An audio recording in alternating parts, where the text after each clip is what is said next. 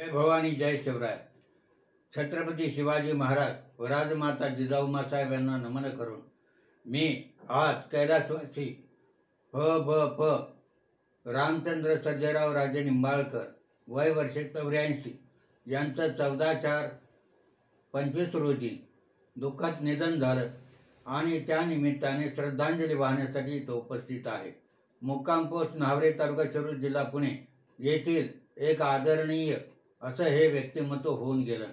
आयुष्यभर उत्तम प्रकारे शेती करून त्यानंतर बराचसा जवळजवळ 40-50 वर्षाचा काळ त्यांनी भक्तिमार्गात घालवला आणि अशा प्रकारचं एक व्यक्तिमत्व दिनांक 14/4/25 रोजी वैकुंठवासी झालं.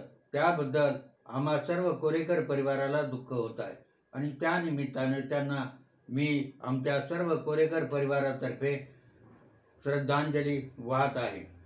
निंबाळकर घराणं हे एक इतिहास प्रसिद्ध घराणं आणि हे घराणं फार पूर्वी न्हावरे गावामध्ये स्थायिक झालं आणि त्यामध्ये जी अनेक काही व्यक्तिमत्व होऊन गेली. त्यापूर्वी एक हरिभक्तपरायण नरसिंग नानासाहेब निंबाळकर हे होऊन गेले.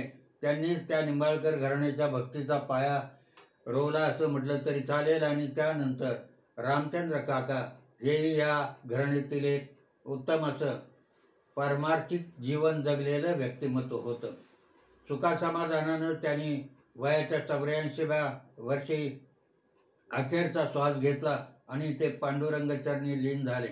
त्यांच्या मागे त्यांचे चिरंजीव श्रीकांत रामचंद्र निंबाळकर व रवींद्र रामचंद्र निंबाळकर आणि नातवंडे अशा प्रकारचा कुटुंब परिवार आहे. त्या सर्वांच्या दुःखामध्ये आम्ही सहभागी आहोत. याचबरोबर मला एक विशेष आठवण येते की त्यांचे द्वितीय चिरंजीव रवींद्र रामचंद्र निंबाळकर हे शिवव्याख्याते शंभू व्याख्याते आहेत आणि काही वर्षापूर्वी आम्ही राजगड किल्ले छत्रपती शिवाजी महाराजांची राजधानी येथे जिजामाता जन्म उत्सव सोहळ्यामध्ये त्यांना मावळा गौरव पुरस्काराने सन्मानित केलेले होते. त्यांनी आई नावाचं प्रतिष्ठान हे काढलेलं असून त्या प्रतिष्ठानमार्फत ते विविध कार्यक्रम राबवत असतात. आपल्या मातापित्याविषयी या मुलांना अत्यंत भक्तिभाव होता आणि त्यातूनच त्यांनी आईचं निधन फार पूर्वी झालं, रवींद्रच्या म्हणजे रामचंद्र काकांच्या पत्नीचं, आणि त्या निमित्ताने त्यांच्या चिरंजीवाने हे प्रतिष्ठान काढून आपल्या मातेच्या चरणी त्यांनी आपल्या भावना व्यक्त करण्याचं ठरवलं आणि त्याप्रमाणे ते कार्य चाललं. मला असं म्हणावंसं वाटतं या निमित्ताने, गेले दिगंबर ईश्वर विभूती राहिल्या ते कीर्ती जगा माझी, वैराग्याच्या गोष्टी ऐकल्या त्या कानी आता ऐसे कोणी नाही. तेव्हा अशा प्रकारे हे एक आदरणीय व्यक्तिमत्व अनंतामध्ये विलीन झालं.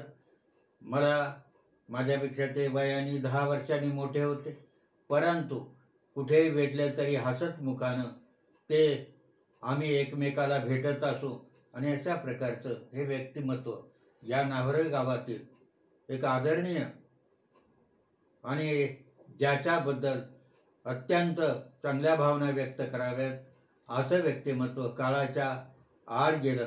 त्यांना मी आमच्या कोरेकर पाटील परिवाराच्या वतीनं मी शिवव्याख्याता प्राचार्य दादासाहेब कोरेकर भावपूर्ण श्रद्धांजली अर्पण करून थांबतो.